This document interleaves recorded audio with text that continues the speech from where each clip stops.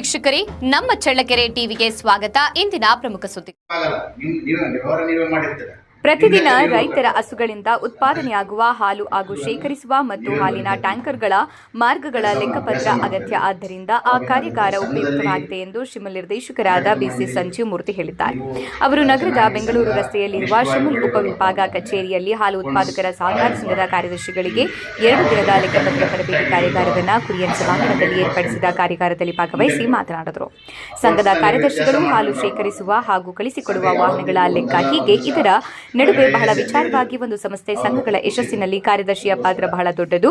ಅಧ್ಯಕ್ಷರು ಸಂಘ ಸಂಸ್ಥೆಗಳ ಒಂದು ಮುಖವಾದರೆ ಕಾರ್ಯದರ್ಶಿಯು ಆ ಸಂಸ್ಥೆಯ ಕಾರ್ಯನಿರ್ವಾಹಕ ಶಕ್ತಿಯಾಗಿರುತ್ತಾರೆ. ವಿಶೇಷವಾಗಿ ಸಂಘದ ಆರ್ಥಿಕ ವ್ಯವಹಾರಗಳನ್ನು ಪಾರದರ್ಶಕವಾಗಿ ಇರುವುದು ನಮ್ಮೆಲ್ಲರ ಆದ್ಯ ಕರ್ತವ್ಯವಾಗಿದೆ. ಈ ಕಾರ್ಯಾಗಾರ ಬಹಳ ಉಪಯುಕ್ತ ಮತ್ತು ಸಂಘಗಳು ಅಭಿವೃದ್ಧಿ ಹೊಂದುವಂತಹ ಕೆಲಸವಾಗುತ್ತದೆ ಎಂದಿದ್ದಾರೆ. ಈ ಸಂದರ್ಭದಲ್ಲಿ ತಾಲೂಕಿನ ಮಾರ್ಗ ವಿಸ್ತರಣಾಧಿಕಾರಿ ನಯಾಜ್ ಬೇಗ್ ಲೆಕ್ಕಪತ್ರಗಳ ಮಾಹಿತಿಯ ಬಗ್ಗೆ ತಿಳಿಸಿದರು. ಉಪವಿಭಾಗಾಧಿಕಾರಿಗಳಾದ ಎಂ ಪುಟ್ಟರಾಜು, ಕಚೇರಿ ಸಿಬ್ಬಂದಿ ವರ್ಗದವರು ಮತ್ತು ತಾಲೂಕಿನ ಹಾಲು ಉತ್ಪಾದಕರ ಸಹಕಾರ ಸಂಘಗಳ ಕಾರ್ಯದರ್ಶಿಗಳು ಭಾಗವಹಿಸಿದರು.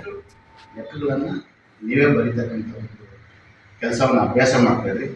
ಅವಾಗ ಏನಾಗುತ್ತೆ, ಸಂಘದಲ್ಲಿ ಆಡಳಿತ ಮಂಡಳಿ ನೀವು ಎಲ್ಲ ಚೆನ್ನಾಗಿ ಸಂಘ ಬಲಿಷ್ಠವಾಗಿ ಬೆಳಿಬೇಕಪ್ಪ ಅಂತಂದರೆ ಅಕೌಂಟ್ಸ್ ಭಾಳ ಇಂಪಾರ್ಟೆಂಟ್.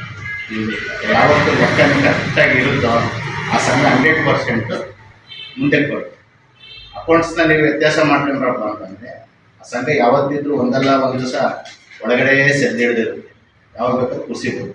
ಅದಕ್ಕೋಸ್ಕರ ನೀವು ರೈತರ ಹಿತ ದೃಷ್ಟಿಯಿಂದ ಮತ್ತು ನಮ್ಮ ಒಕ್ಕೂಟದ ಹಿತ ದೃಷ್ಟಿಯಿಂದ, ನಿಮ್ಮ ಸಂಘದ ಹಿತ ದೃಷ್ಟಿಯಿಂದ ನೀವು ಲೆಕ್ಕ ಪತ್ರಗಳನ್ನು ಸರಿಯಾದ ರೀತಿ ಬರೆಯಿರಿ. ಏನೇ ಮಾಹಿತಿಗಳು ಎಲ್ಲರೂ ಹುಟ್ಟೂರು ಎಲ್ಲ ಕಲ್ತ್ಕೊಂಡಿರೋದಿಲ್ಲ, ಭಾಳಷ್ಟು ವಿಷಯಗಳು ನಾವು ಕೇಳೋದಿರುತ್ತೆ.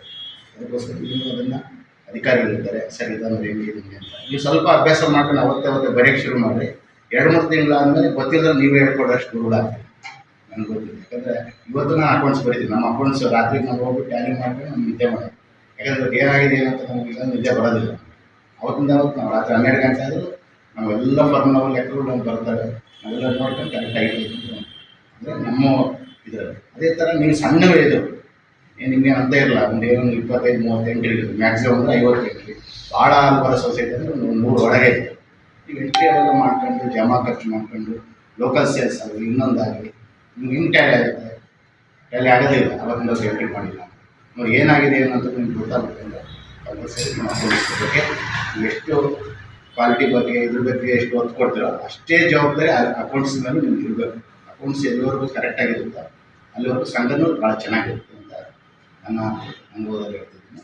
ಅದೇ ರೀತಿಯಾಗಿ ಈಗಾಗಲೇ ಜಾಬ್ ಕೊಟ್ಟು ಎಲೆಕ್ಟ್ರಿಷಿಯನ್ ಅಂತ ಹೇಳಿದ್ರು. ಈಗಾಗಲೇ ಮ್ಯಾಕ್ಸಿಮಮ್ ಫಸ್ಟು ಟೆಸ್ಟ್ನಲ್ಲಿ ಆಲ್ರೆಡಿ ಎಲ್ಲರಿಗೂ ಬಿಲ್ ಕಳಿಸಿದ್ವಿ.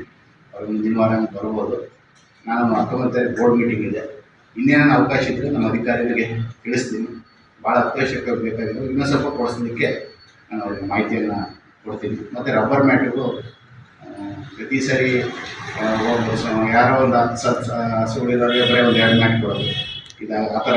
ಈ ಸರಿ ನಾವೇನು ಮಾಡಿದ್ವಿ ಅಂದರೆ ಎಷ್ಟು ಬೇಕಾದ್ರೂ ರಬ್ಬರ್ ಮ್ಯಾಟ್ ನೀವು ನಿಮ್ಮ ಸೊಸೈಟಿಯಲ್ಲಿ 15 ಜನ ರೈತರು ಹೆಚ್ಚು ಕಮ್ಮಿ 40 ಹಸು ಇದೆ ಅಂದರೆ 40 ರಬ್ಬರ್ ಮ್ಯಾಟ್ ಬೇಕಾದ್ರೂ ನಾವು ಕೊಡ್ಲಿಕ್ಕೆ ರೆಡಿ ಇದೆ. ಪ್ರತಿಯೊಂದೂ ಹಸು ಹೆಂಗೆ ನಾವೀಗ ಹಾಸಿಗೆ ಮೇಲೆ ನಾವು ಖುಷಿಯಾಗಿ ಮಲಗಬೇಕಂತೀವೋ ಹಸುಗಳಿಗೂ ಅದೇ ಥರ ನೋಡ್ಕೋಬೇಕು ನನ್ನ ಜವಾಬ್ದಾರಿ. ಅದಕ್ಕೋಸ್ಕರ ಅದರಿಂದ ಭಾಳ ಅನುಕೂಲ ಆಗುತ್ತೆ. ಆಮೇಲೆ ಹಸುಗಳಿಗೆ ಈ ಇದ್ರ ಥರ ಮೊಣಕಾಲ ಹತ್ರ ನೋವಾಗೋದು, ಜಾರ್ಖಂಡ್ ಬಿಡೋದು, ಆಮೇಲೆ ನಿಮ್ಗೆ ಹಾಲು ಕರಿಬೇಕಾದ್ರೆ ತೊಂದರೆ ಯಾವುದೂ ಆಗೋದಿಲ್ಲ. ಆಮೇಲೆ ನಿಮಗೆ ಕ್ಲೀನಿಂಗ್ ರೈತರಿಗೆ ಕ್ಲೀನ್ ಮಾಡೋಕ್ಕೆ ಸುಮ್ಮನೆ ನೀರು ಬಿಟ್ಟು